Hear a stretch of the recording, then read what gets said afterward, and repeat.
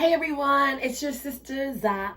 Today we're going to be making some apple bread. What inspired me to do this video today was the lack of healthy desserts that are in my house right now. In addition, my mother brought this cherry pie home and I looked at the ingredients and it said hydrogenated vegetable oil, which is high in saturated fat. You can clog your arteries, lead to high cholesterol, raise your LDL levels, lower your HDL levels, and overall, it's just not good for you. So today I'm going to make some apple bread. I'm going to use coconut oil. I'm going to use good flour and grains that can add to your constitution and get you through this day. So here we go. So the first thing I'm going to do is take an apple. I have two different types of apples. I have Golden Delicious, which I already chopped up, and this apple right here, which I think is Honey Crisp. I like them because they stay firm, they're a little tart. My go-to is usually Macintosh. And I'm going to cut up the apples. First peel it. And then I cut my finger. Then I'm going to dice the apples in a bowl. This is really a tedious task. I like to get it done. Also keep in mind, choose your recipe based on the ingredients that you have. And remember, you can always modify the ingredients because all bread tastes different. So feel like you have some freedom to do so. All right? This is how I cut mine. I wouldn't recommend cutting like this, but I slice the apples down.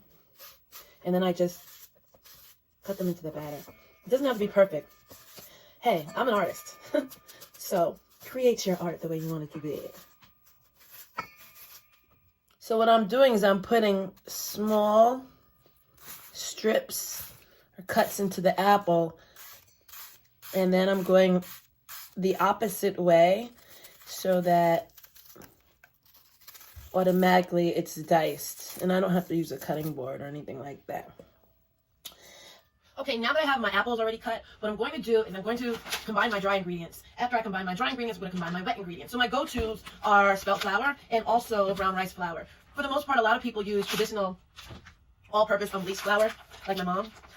But I find that spikes my sugar levels, and I'm trying to do a real low-carb intake because we're at home and I'm not trying to put on any weight. I walk usually 7 miles a day on a really, really good day, and for the most part, I've been stagnant. But I did take dance class with Luan and Baguette today, and shout out to Tamara T, Dancing with T.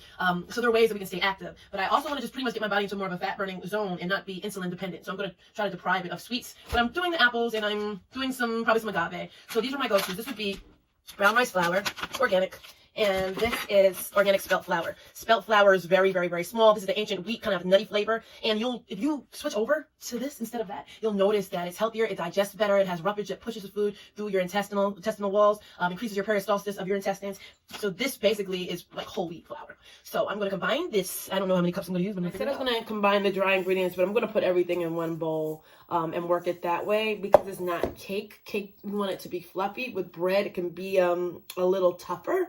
A little more of a dense consistency. So it's fine if you combine everything into one bowl. Okay, I mean, you could separate if you want to. No baking powder needed. Again, this recipe that I've chosen is just giving me the specific ingredients, but it's not giving me the measurements. So we're going to see how this thing turns out, all right?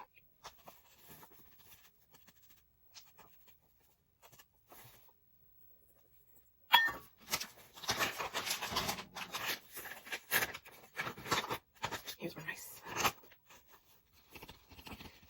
You'll notice that this will be a little heartier than the average bread. So we have that. I'm going to get 2 eggs.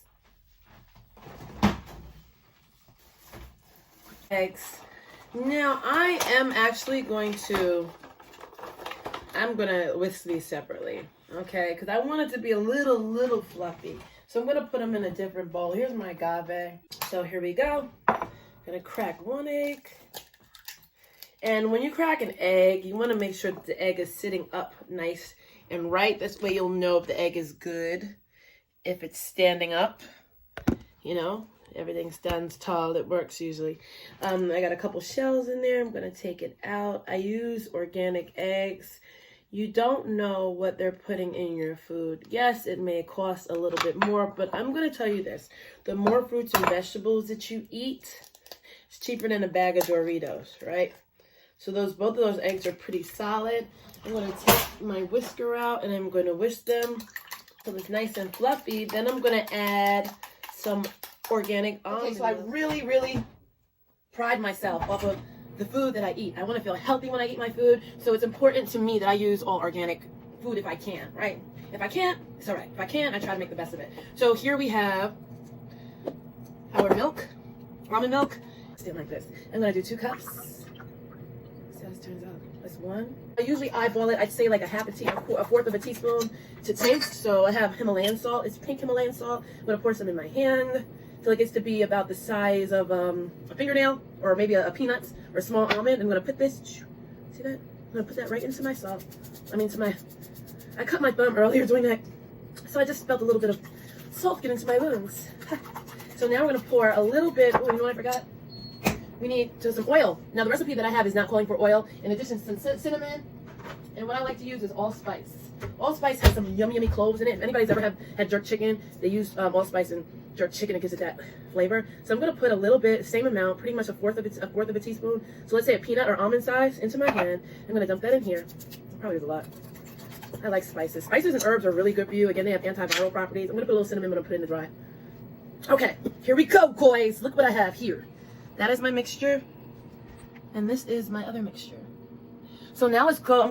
Since coconut oil is considered saturated fat, however, so the good saturated fat falls under the same umbrella that palm oil does. Palm oil has great antioxidant properties.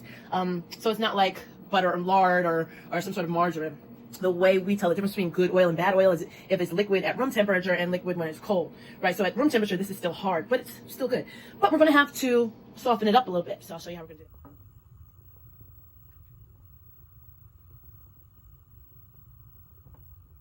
Okay, now that our butter is melting, what is that?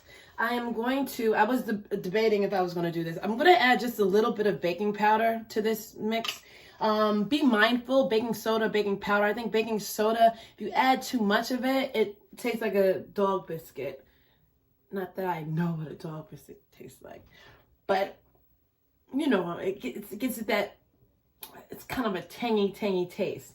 When you go to a restaurant, if you taste something that is not well balanced, usually that's because they have too much baking soda in it. But we're using baking powder. Baking soda hardens, baking powder gives it a little fluff. So now that I have the melted butter, let me show you this, guys. Sorry, I'm trying to be super professional. Now that I have the melted butter, you want to be mindful. There's my baby pear. You want to be mindful not to add the melted butter into the eggs because it's hot and it will actually cook the eggs. So you want to let it cool off a little bit if you can. I'm going to start combining ingredients right now, okay? I'm trying to do this with like one hand. I need to get a tool. All right, you know what I forgot? Pure vanilla. There's probably none in here. My mother hides it from me. She hides it from me, but I grab it anyway and I use it. So we have our baby pear over there. We're going to add that later. I'm going to get a wooden mixing spoon. I love using wooden spoons. I'm going to blend this all up. I'm going to add the butter and oil last. So look at this. So that's on top of the oil. Sometimes also I add a little bit of lemon. Ooh, I have a lemon peel. Lemon peel gives it a good little taste. So I was buying some organic lemon powder, and I mistakenly bought lemon peel. So I'm going to grab that and add it into the mixture in a second. So this consistency is not feeling good to me. Remember, when the more apples you add and the more fruit you add, it's going to give it more water. So I probably could have cut back on the milk. But I'm going to post a recipe so that you guys can really follow it. One that I think is really concrete and gives you some structure and direction for those of you who are new at baking. Okay, one of my favorite things to do. So let me go ahead and add this oil. It's not that hot, so I'm going to stir it in. I'm going to try to stir it in and spread it out, because you remember that the butter and the coconut oil will get solid. It'll turn into solid when cold hits it. So we want to make sure we keep this mixture moving. Now this is very loose. This actually looks like pancakes. So I'm going to add a little more flour, and I'm also going to add this little pear over here, a little bit. So guys, I have my bag. I'm going to put walnuts in here, like so. Yeah, now you can put as many as you want. Are these organic? No, unfortunately not. I do have some organic almonds, but check the bottom of the barrel. This is high in omega-3s, which reduce inflammation in the body. I think it's omega-6 or omega-3s. But the ratio that you need is usually 4 to 1, which would be 6 to 3, 4 6s and 1 3. Your body, your blood needs healthy fat. So what I'm going to do here, usually I use a pin, but I'm going to smash them so they're fine. And then I'm going to put them inside. I'm going to do a push-up challenge. I'm going to put them into my mixture. Now, I don't know what's going to happen with this lonely pear, because it's been chilling. Now remember, you do have to alter your recipe with the dry ingredients. Make sure that you put salt in, make sure you put sugar in. There's one thing I did not add yet, is a sweetener. Sometimes you don't need a sweetener. You give it a taste. This definitely needs some sweetener. So what I'm going to do is I'm going to have some agave, organic. Usually I hate to use sweetener. I'm going to put about an eighth. I'm actually going to use all of it. 1/8 of a cup, and then I'm going to take my liquid stevia, and I'm going to put like 2 little droplets, 2, maybe 3. I'm an eyeballer, but again, I'll have a recipe that you guys can follow, so you can make this at home on your own. So now we have the consistency I want. It's a little thicker. It's kind of bready. You can see it right here. right, I'm going to add the nuts to this. I love a lot of nuts. Pause. So I'm going to add the nut mixture to it. We added our butter to it, our oil to it. You don't need that. And what I like to do is, it needs a little salt. I think I skipped on the salt. What you would also want to do is make sure you do a little test. Like put some in the toaster oven as opposed to putting some in the whole batch straight into the oven. So you can say, it needs a little more of this, needs a little more of that. You can always alter your ingredients. You don't want to add too much of like salt and baking soda off the jump. Taste it first, add it back, because you will ruin the whole batch that you have made. And we do not.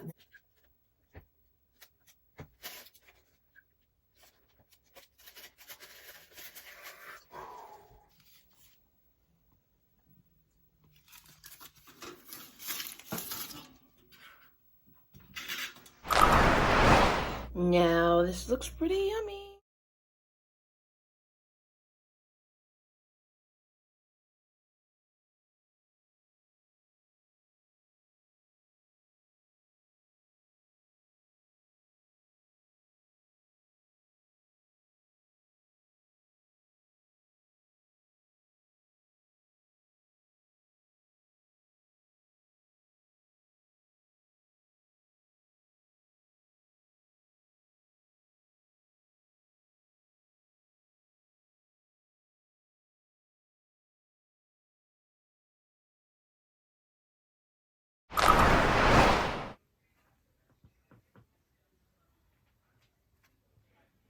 A little butter glaze on top, some maple syrup. Yay, we did